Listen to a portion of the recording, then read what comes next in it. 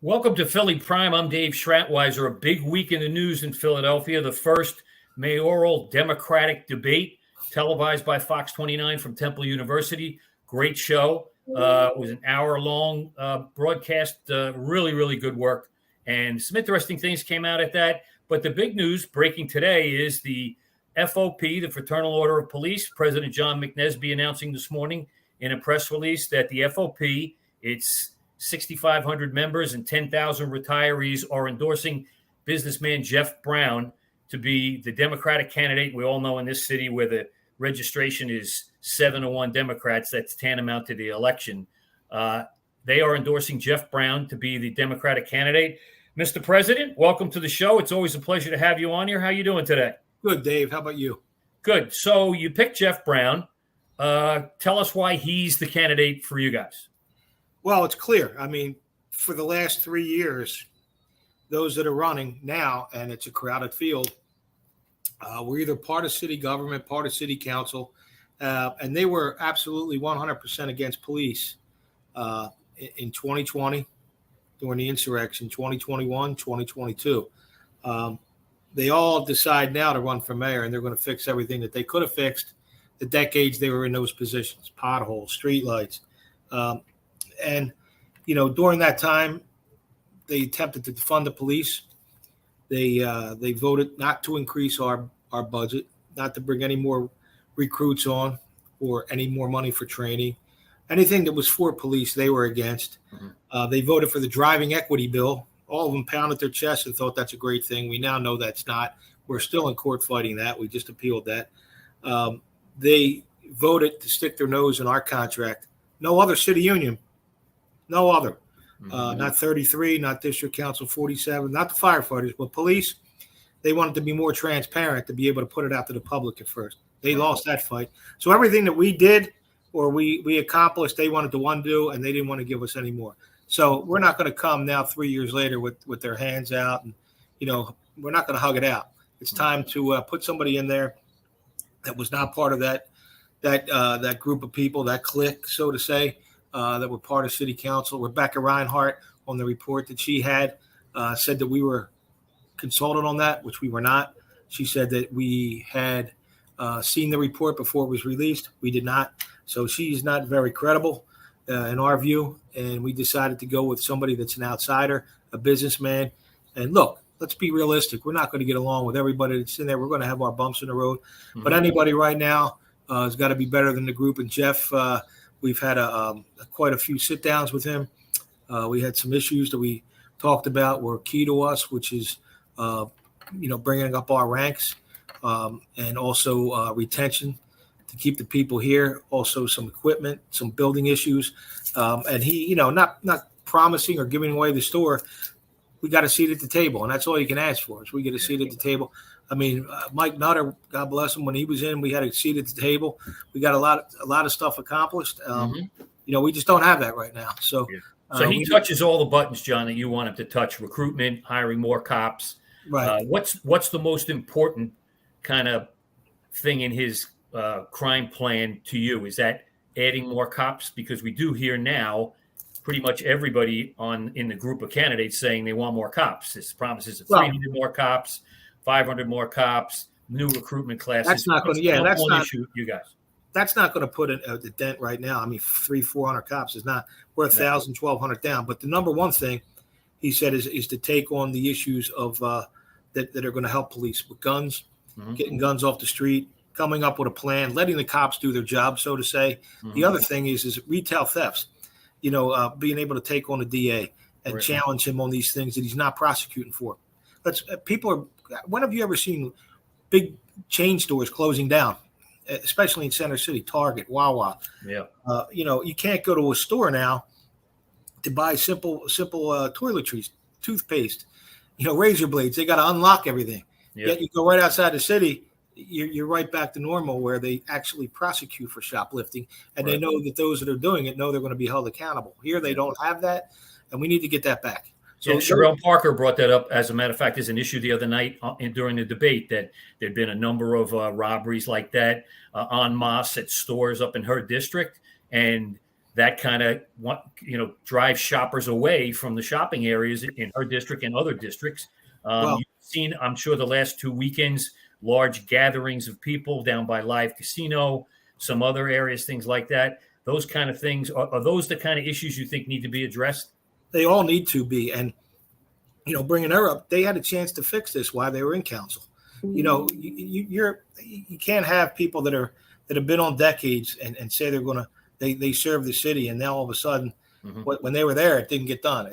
Things got to get done. People can't continue to point fingers and, let's get together. Let's work together. I don't have any enemies in this game. Let's get together and fix this and get the city back to where it needs to be. I mean, it's an embarrassment. People are not going to move their families, not to move businesses here if they don't feel safe. That's key. And right now, they shouldn't feel safe. Right. I heard a lot of candidates using the term day one. They're going to declare a state of emergency. Day one, they're going to sit down with everybody who should be at the table. Day one, they're going to put their plan in place. I'm sure you're going to be standing at the door on day one with the door open, inviting them in to sit down and get this moving.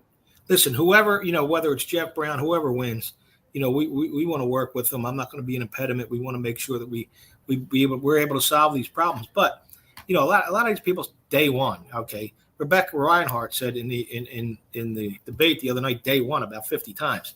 I mean, that's going to be a long day. You got to turn around and you got to look. The crime emergency, what's that going to do? It's an emergency right now. You're just not saying it. Right. Stop and frisk. People talk about that. There was never a real stop and frisk under Mike Nutter. We did our job. We did it respectfully and within the Constitution, and we treated people the way they wanted to be treated or the way they should be treated. To say that, stop and we're not just throwing people on the wall and going through their pockets. It's not happening. It never did. You can't. The Justice Department is watching. You can't do that. There's court decisions out there, and you're supposed to be doing it by the book. And from what I can tell, that's what's happening. Right. And in between that, you have to give the officers out there, they feel like, they're throwing their hands up in the air and saying, why should we risk getting hurt? Why should we risk getting arrested by a district attorney that does not support the police? And why should we go out there and not feel appreciated, and by the administration? So they have a lot of questions, but you got to get that. You got to get the morale back up. You got to restore the ability for them to do the job, to want to do the job, and to give them the support. Sometimes you're going to screw up. You let the officer know. You listen. You didn't do right here. But to whack them from the beginning to the end, the time. Take their gun, throw them on the bench. There's no need for a lot of that stuff. Let's get back to the basics. All right. What's a solid plan in your mind to add police officers to the department? We talked about 1,000 to 1,200 down right now. Right. Many of those are not even on the street. They're in units. They're in offices. They're aides to high-ranking. We don't talk about that too much, but a lot of the high-ranking officials in the police department have multiple aides. Those are police officers who are not on the street. What do you want to see in terms of adding personnel? What's a solid plan of adding police in the first, say, 2 years of the next administration? Well, we're in part of that right now. I'm not waiting for the next administration. Right. We looked at the numbers of what they had for a budget for recruitment, and it was $250,000. And that's you can't do anything with $250,000. You have to send the folks out to military bases, to churches, to universities, not just in Philadelphia or surrounding counties, everywhere you can possibly cherry pick somebody to come in. $250,000 is nothing. We went to city council. We got approval for an additional $1 million. Right. We asked for 2. We got 1. We'll take it, and then we can move on the next budget. So we're working on that. We're working with Harrisburg and the MPO Commission, which is the Municipal Police Officers Commission, which sets the rules to tweak some rules there where we can bring some cops in. If you have 100 recruits come up on a Saturday to take the physical agility test and you miss the run by 30, 40, 50 seconds, whatever it is, or you miss the sit-up part of it by 6 or 7, everything else you're good at. I mean, you passed you did everything. Why can't we bring those folks in and let them work towards that goal while they're in the academy? Right. Give them a test, give them a midterm, give them a final. That's what happened when I went through 30 years ago. Right. And you're able to get to that point. And guess what? If you can't get to that point in 8 or 9 months, you shouldn't be a cop then. If you can't make up, you're not working, and you can't make up them 50 seconds, whatever it may be, that would increase a lot. Because right now you're getting 100 people to come up on a Saturday, you may only leave with like 10 or 15 at the end of that. So you're not getting enough notice. There's a lot of different things we can do to tweak that, to get them on and work through that, and that'll help us out tremendously. All right, Captain John Walker is now the head of recruitment. Different kind of position for him, but as usual, he's being very aggressive at the beginning here to try and bring more recruits on. Do you need a guy like that to run recruitment, to drive the bus, basically, to get people to join the police department? We were in in short, yes. A few years ago, if you remember, we were in the same position where it was like the ranks were dwindling. They put a guy by the name of Joe Bologna in there, and within 2 years, he had us up past complement. That's what we need to get, somebody like that in there. And we saw how the city took care of Joe Bologna. So he's still going through his process. But, yeah, we need somebody that's aggressive, somebody that's not going to take no for an answer, somebody that's going to say, well, we're not going to do this. Well, we need to do this. If you continue to do the recruitment the way you've always done it, you're going to get the same result. Yeah. You got to come up with new ideas. You got to think of ways to get cops and get the kids off the street.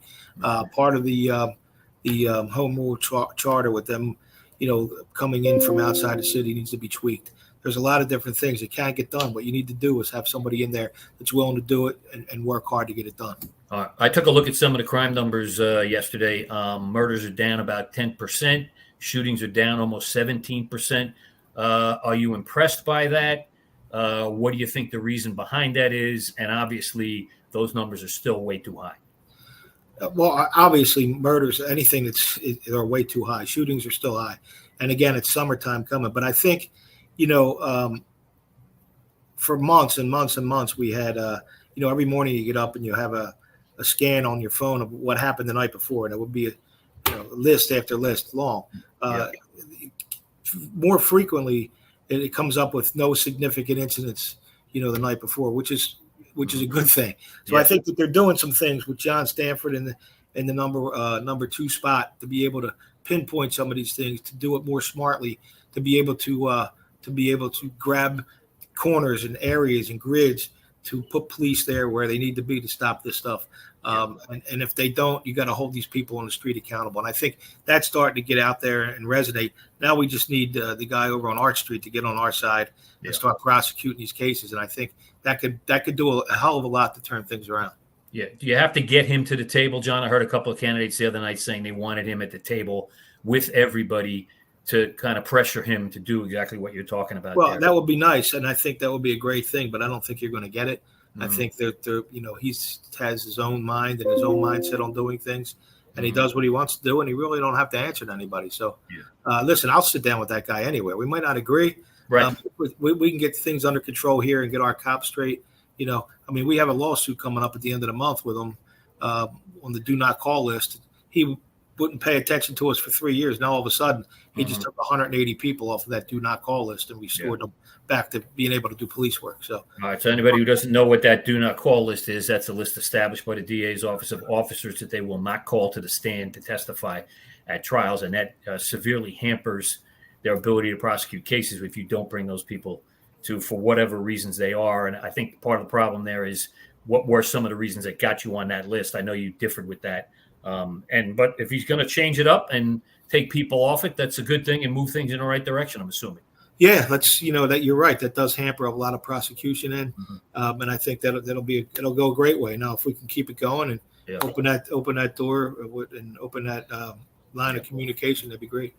The shooting investigation group that's been in place now a little bit over a year looks like it's up and running pretty solid. There's 4 lieutenants leading 4 squads. They're out on shootings immediately. They're using all kinds of new technology and things like that. Their closure rate or success rate is going up a little bit here and there. Your thoughts on that part of it, handling shootings like that? Well, I think it's good because rather than just going in and having a detective take that and put that on a shelf and get to it maybe a day, maybe a week, maybe 3 weeks, maybe longer. Nobody wants to wait that long if somebody's been shot or a family member, somebody was injured. So I think having that group out there is good. They can attack the issue right away, get some leads, do what they need to do in the first day or two in order to get these people off the street as quick as possible. Okay. I want to talk to you about a month ago, we had 3 police officers in Philadelphia either shot at, shot and wounded or killed a Temple University police officer, now Sergeant, posthumously Chris Fitzgerald. We had Officer Giovanni Masonette seriously wounded. We had 3 other officers fired upon a couple days after Sergeant Fitzgerald passed away. It almost seemed right there like it was open season on police officers again here in Philadelphia. Your thoughts about that time period and the kind of pressure that officers are in these days, and the danger they're in? Well, it's dangerous, every day they go out there. So it's just more prevalent now. What you're seeing is, I don't know whether it's something with this generation growing up, they're not afraid to pull a trigger. You see that not only with police, but look at some of these videos that are out there. Yeah. They're insane. They're crazy. And the quicker we get a hold of this, the better. But, our guys and girls go out there right now. They have the equipment they need, but they don't have the people to back them up. The one thing and you know this from all your years of experience, when somebody's calling for help, you want somebody to answer. Yeah. And right now, it's far and few between where we're getting the help we need. You want to hear that cavalry coming. You heard it outside the casino a couple Sunday nights ago. When have you ever thought of anybody or saw anybody that sits there and surrounds police cars and breaks the windows or rips off the mirrors? There's got to be a message sent here that ain't going to happen again. And the quicker we send that, the better off we're going to be. Yeah. I talk to folks in the ranks all the time. I'm hearing about night shifts in some of these districts with 2 or 3 cars out there max. That's not enough at any time during the day in some of these large districts. Right. Your thoughts about the staffing levels for patrol? Well, the staffing levels are at a critical period, or critical line, and critical whatever you want to call it. There's nobody there. We just met earlier in the week with some of the deputies regarding some of the districts where they, we've shown where there's nobody there. You need to hire. There's got to be a minimum manpower, which there is, but they got to enforce making sure that we have that. Right. You can't anticipate sick calls or emergencies or whatsoever. You got to make sure that you have those 6 or 8 officers that are committed to that area for that night. Right. And if you only have 3 or 4, you got to hire. Go city-wise and see. There's cops out there that don't want to make the money. Let's bring them up and let's do what we need to do to make sure that not only the officers are safe, but the people living in that area know that if they call 911, somebody's going to come. Yeah. Starting salary for the police department, I'm seeing, I think it's $57,000, something in that range, and then you get moved up pretty quickly. Would you like to see that increased as kind of an enticement to come to Philadelphia? Some of these outside county police departments pay a lot more money than that. Yeah, and you know what? Our guys think that too. And of course, I'm going to take whatever money they're going to give us. During my term here and the time that I've been here, we've increased wages almost 55%, which is big. So, I mean, us comparing to other departments like Lower Merion, whether it's Warminster, we can't because they're little, 20, 30, 40 man departments. We have 7,000. So there's a lot of zeros behind that. Yes. We're going to try and take whatever we can. But, when you look at it, and what you don't see too, Dave, is a lot of the people that leave to go to these departments also come back to Philly within a few months because they realize they go out there. The medical benefits are nowhere even close to what we have. We have the best in the country. Right. We have the sharpest pencil in that industry in the country. We have a strong union, which is going to back you up. Some of these places tell you when to come to work, when to go home. You're working overtime. It's not overtime. It's comp time. If you don't like it, you have you have no recourse. So they see what they have. They can't get a day off, and they realize, hey, this ain't what I want. Let me go back to Philly, where, and they do. They come back. I'm not saying every one of them, but a good bit of them do come back, and they know that the grass is not always greener on the other side. But as far as money, I'll take whatever. I'll sit down and we'll take whatever we can. We just got a $2,000 signing bonus for those coming on and $400 retention. That was 28. When you look at that, it doesn't seem like a lot, but it's $28 million with all the cops that we have. So that's a big nut. Yeah. I want to talk to you about officer retention. Are the numbers still high, folks that are leaving the department in terms of either retirement, decided kind of they've had enough and they're leaving, that kind of thing? Are those numbers starting to go down? Are they still pretty high? They're pretty high. We got a lot of officers that are signed up for the drop. So they're, I think we have 400 or 500 right now in the drop. We have people that are injured, people that are going out on disability, and those that are just saying, they might have a year left. They say, man, I'm just going to run my time and get the hell out of here as quick as I can. So last year and the year before, I believe they used a program where they brought back some officers, let them stay an extra year. They're doing that. Yeah, we're doing that. What do you think about that to retain the good cops, the cops who have all the experience that have been here for a long time? I think it's good. We can bring back anybody. I think they would. I wish they would extend it, over a year. But I think people are looking, and hopefully they're seeing the light at the end of the tunnel, knowing that we might have some new leadership here, and we might be able to get some backing, and we might be able to get the support that we need to get things done, to make them feel like they want to come to work and do the job. Okay. Can I ask you? There's been 2 mass shootings in the past 2 weeks. One was in Memphis. One was in Louisville the other day. Again, serious crimes that nobody wants to wake up and see that. It's been horrible. 146 mass shootings in the country already this year. We're only, in the middle of April kind of thing. But the last 2 in Memphis and in Louisville kind of have been textbook takedowns by the police when it comes to dealing with a mass shooter. Your thoughts on A, the mass shootings, and B, the way officers have been handling them of late? There was a lot of praise for the Memphis police and for the Louisville police. Body cam video came out right away. Security video came out right away. They were very transparent about how those incidents were handled. Your thoughts on that? I think that the officers in both of those situations did a great job. I know that here in Philadelphia, our SWAT team and all those units that work with SWAT on those such instances are doing a great job. They're always training. Hopefully they won't have to put that into play, but they are ready to go. And as far as mass shootings, I'm interested in seeing the numbers where they were 10 years ago. Is it more prevalent now because there's more attention to it? Is it the same amount of numbers, or now do we have more? So we're in the process of looking at that. But I think right now, one life lost is too many. But I mean, 9-year-old kids, it's you can't fathom that. But I think our folks are ready to go if need be, and we would get that job done, and hopefully we won't have to. Yeah, most of the time we see body cam video. It's not good for the police, but in that instance in Memphis, that was incredible. The 2 young officers who went in, and the other officers who were clearing rooms, working their way towards the shooter, and then took the shooter down.